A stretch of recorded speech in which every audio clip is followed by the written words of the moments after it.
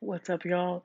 Before we get into the video, I just want to give a little update to the physical TBR. I filmed this before I went to Barnes& and Noble the other day, and I definitely bought two books while I was there. So I bought The Wicked King, the second book in the Cruel Prince series, because I really liked the series, and I wanted to continue reading it. And I also bought A Court of Thorns and Roses, because I was in the fantasy mood. So those are two to add to the physical TBR, but without further ado, let's get back into the video. What is up, guys? I just got done finishing every single book I wanted to read for July, and I kind of collected more books as July went on, and my collection has kind of gotten a little bit bigger. So I thought I would show you guys everything that's on my physical TBR. And if you guys aren't following me on Goodreads, I already put everything that's on my physical bookshelf on Goodreads, so you can see what I'm going to be reading next. And yeah. To start off, I'm going to start with something that I'm actually reading right now. I have no idea where I'm actually at because I'm listening to the audiobook of it, but it is Everything Everything by Nicola Yoon. And if you haven't seen the movie, it's a pretty good movie. It came out at the same time like when Love, Simon came out, and like I've been reading this. It's a pretty quick read because of like it has a lot of pictures. The chapters are really short, so it's pretty quick. But that was not my July TBR, so I'm adding this in. I'm gonna start here actually, because this is right in front of my face. So I actually had to reorganize my bookshelves, and but I had like all of my TBR on one shelf, stuff I was reading at the top, and then like everything I read on my third shelf. But now that I've gotten more books, it's sprawled out to the fourth shelf. So the first three books actually that I have on my TBR is the Maximum Ride series by James Patterson. I really want to do a video for you guys reading books that I never got to read in like middle school and high school. So like Hunger Games, Divergent, Maximum Ride was one of them that I did not get to actually read, but I dressed up as them. So yeah, and also I have Twilight, which I'll talk about in a second. But I actually thrifted all three books at Goodwill. So I have Maximum Ride, The Angel Experiment, Maximum Ride, School's Out Forever, and Maximum Ride, Saving the World and Other Extreme Sports. So those are the first three books that I have to read. And I got them in this fun like little box set. I don't know. But hey, it was $1.99 for each book. So yeah, those are the first three books besides Everything Everything. Then I just made this all nice and pretty, so this is probably gonna get messed up. Next I have The Fault in Our Stars by John Green. This is a book also that I never got to read when I was in like high school, but I want to read it now, and my sister has also had this copy, so she never wanted to give it to me, but I got my own free copy of it. So yeah, Fault in Our Stars I want to read. Next is Six of Crows, since I just finished Shadow and Bone. I do feel like I should finish like the Shadow and Bone trilogy before I start Six of Crows, but I'm not entirely sure. We'll see about that. But I feel like this is going to be on my shelf a little longer because I wasn't a big fan of Shadow and Bone. Who knows, if I read the rest of the trilogy, then maybe it'll change. This next book is Cinderella's Dead. I don't know much about this book. I'm not even gonna lie. I saw it at Goodwill the other day and I was like, maybe I'm gonna like this book. I have no idea. But it's Cinderella's Dead by Kaylin Bayron. Let me just read the back of it. It says, it's been 200 years since Cinderella found a prince, but the fairy tale is over. Now teen girls are required to appear at the annual ball where they are selected as wives by the men of the kingdom. Any girl without a suitable match is forfeit. 16-year-old Sophia would much rather marry Erin, her childhood best friend, than parade in front of suitors. At the ball, Sophia makes a desperate decision to flee and finds herself hiding in Cinderella's mausoleum. There, she meets Constance, the last known descendant of Cinderella and her stepsisters. Together, they vow to bring down the king once and for all, and in the process, they learn that there's more to Cinderella's story than they ever knew. So yeah, I never knew, like, I don't know what technically this age range is, but apparently, I think it's young adult. So yeah, I got it from Goodwill for $1.99, so we love that. Next is Bridget Jones' Diary. I also got this from Goodwill the other day. This is by Helen Fielding. I would say this is more, I think it's romance for sure, but it's adult romance. So the big thing about me when I go to a Goodwill is that I usually find books that like either are based off of movies, you'll see that when I pull out more, or are like well-known series, which again, I will show you guys in a second. The next one is probably the oldest book that's on my shelf right now, which is Persuasion by Jane Austen. I wanted to read some more of her work just because I like Pride and Prejudice a lot, but I still have not touched this book, but it's just so pretty. Like, look how pretty this is. So if I ever just have like a pretty book just hanging around, then it's probably this one. But yeah, so I don't know when I'll get around to it. Maybe I'm probably gonna force myself to read it at some point just because I need to mark it off. Next is Little Fires Everywhere. This is a very well-known book. I got this for free off of like my community page in like where I live. I don't know a lot about this book, but I've just seen so many things everywhere about it, so I wanted to read it. And it's a pretty quick read. It doesn't look that long. It is, I think it's literary fiction, but I'm not entirely sure. So Emma, if you're editing, please correct me if I'm wrong. Okay, next is a Jodi. I'm gonna butcher her name because I still don't know how to pronounce it. So I have a Jodi Picoult book, which is called Wish You Were Here. And I think I was reading it, and it's, let me just read this because it sounds like it's a book during COVID times, but it says Diana O'Toole is perfectly on track. She'll be married by 30, done having kids by 35, and move out to the New York City suburbs, all while climbing the professional ladder in the cutthroat art auction world. She's an associate specialist at Sotheby's now, but her boss has hinted at the promotion if she can close a deal with a high-profile client. She's not engaged just yet, but she knows that her boyfriend Finn, a Sturgill resident, is about to propose on their romantic getaway to the Galapagos days before her 30th birthday, right on time. But then a virus that felt worlds away has appeared in the city, and on the eve of their departure, Finn breaks the news. It's all hands on deck at the hospital. He has to stay behind. You should still go, he assures her, since it would be a shame for all of their non-refundable trip to go to waste, and so reluctantly she goes. Also, immediately, Diana's dream vacation goes awry, her luggage is lost, the Wi-Fi is nearly non-existent, and the hotel they booked is shut down due to the pandemic. In fact, the whole island is now under quarantine, and Diana is stranded until the border reopens. Completely isolated, she must venture beyond her comfort zone. Slowly, she carves out a connection with a local family, when a teenage girl with a secret opens up to Diana, despite her father's suspicion of outsiders. In the Galapagos Islands, where Darwin's theory of evolution by natural selection was formed, Diana finds herself examining her relationships, her choices, and herself, and wondering if when she goes home, she too will have evolved into someone completely different. So yeah, this happens during the pandemic, which is a weird thing to read about. Again, it's a shorter read. It looks shorter. I might be wrong. This book is about 310 pages. Yeah, I just picked this up, but it looked really cool. And like, I don't know a lot of her books, but I also have another one that I'll just show you in a second. Yeah, she's a very well-known author. Also, Taylor Jenkins Reid gave a little quote, and Emily Henry.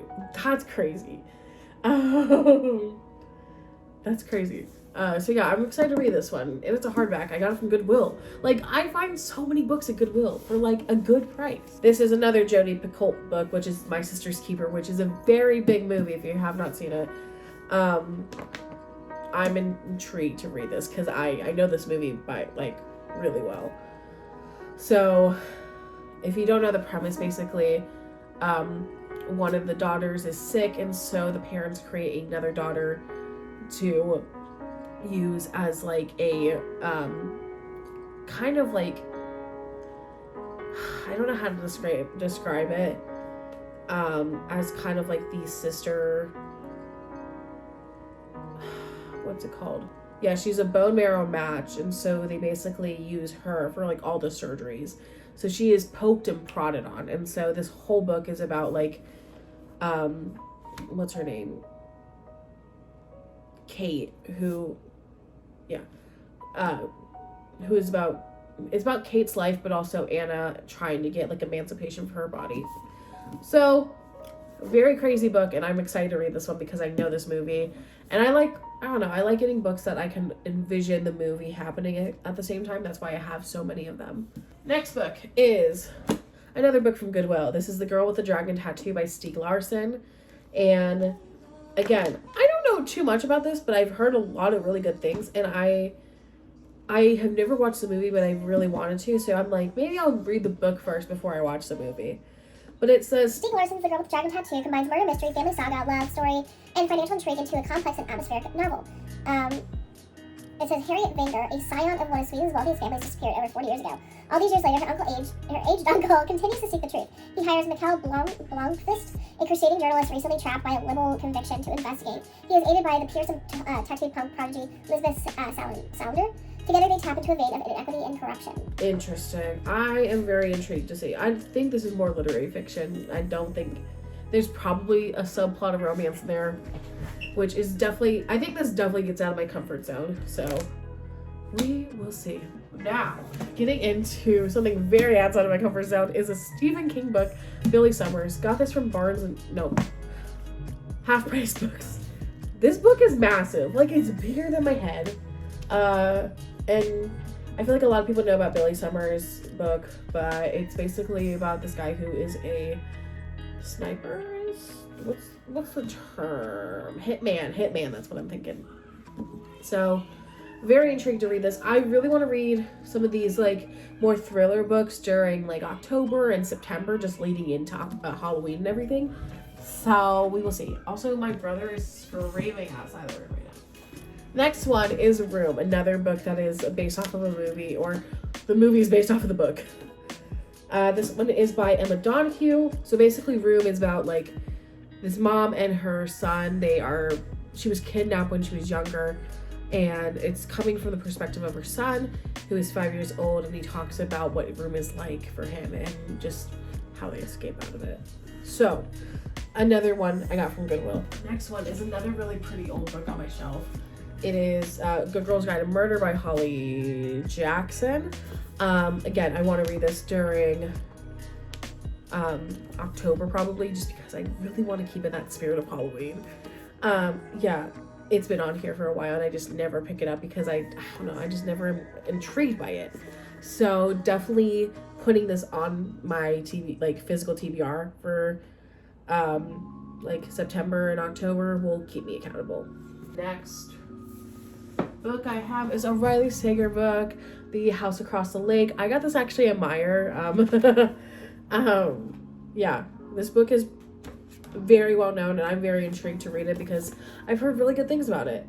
And again, another thriller book that I've never really read. This is really outside my comfort zone. Next 4 books actually are the Twilight series. Yeah, so Emma did, if you haven't seen my Instagram account, it's Emma's Bookshelf, I think. I'll make sure to tag it. I went to Goodwill the other day and like I do usually, and I struck gold in the book department. And 4 of the books I found was the entire Twilight series. So I bought Twilight and New Moon, both in, first of all, they were in paperbacks, and then I found Eclipse and Breaking Dawn in hardbacks. So I just have the whole Twilight series now to read, and I really want to read it soon. So maybe next month I will put it on my list. So yeah, that's everything for this first shelf. Now at the top is like more of the stuff that I am used to reading. So let me just grab this.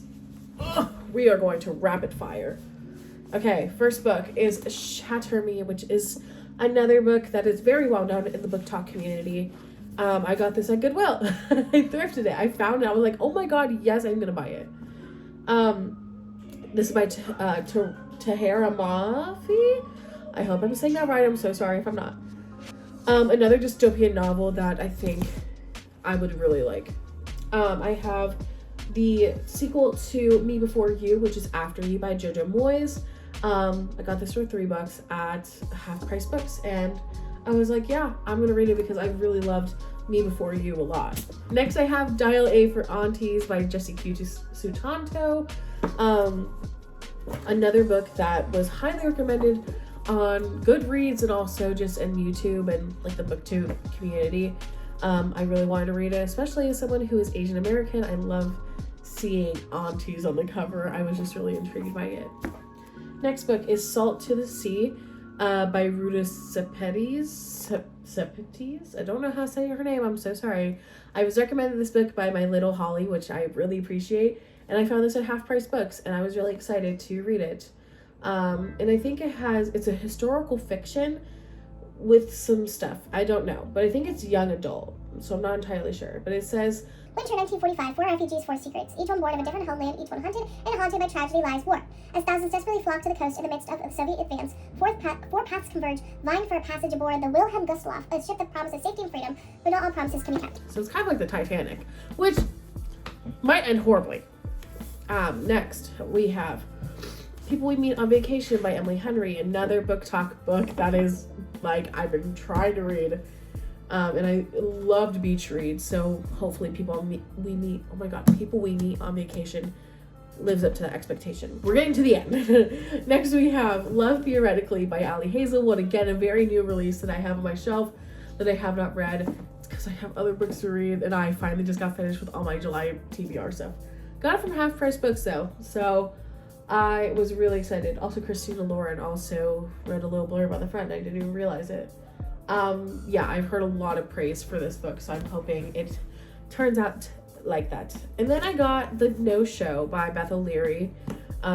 Basically, this book talks about how 3 women were stood up by the same guy on Valentine's Day, I believe, so I'm intrigued to read what happens with that. Now we're getting into 3 books that I'm so excited for. I love every single one that I'm going to be talking about for the next week. So I have Hello Stranger by Catherine Center. I absolutely adore The Bodyguard. It's probably my favorite book of the year, and I was so excited to pick this up from the Book Loft. I'm so excited. I'm really excited. I wanted to read this one next, but I have other books that I've had on my shelf more, like, longer than that, so I was like, I will wait. Next, I got Happy Place by Emily Henry. I'm really sad I didn't wait till the paperback didn't get released, but you know, it's fine. But I'm super excited to read this book. It's just so, like, it makes you happy looking at the book cover, doesn't it?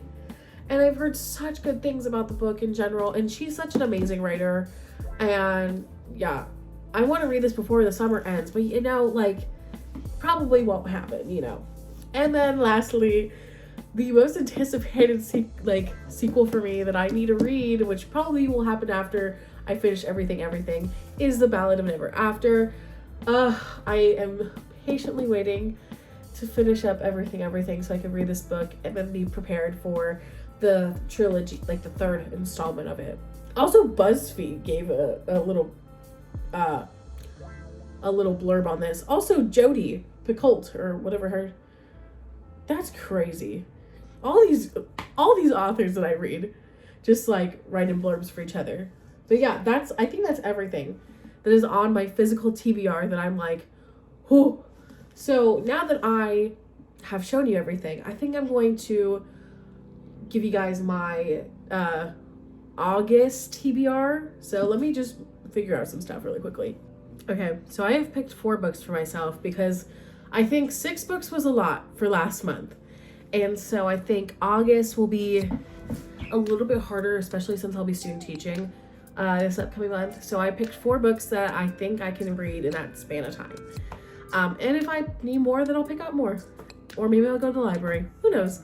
So the first book I picked out for myself was Dial A for Aunties by Jessie Q. Sutanto. I'm really, really excited to read this, and I think it'd be really fun to read this during August.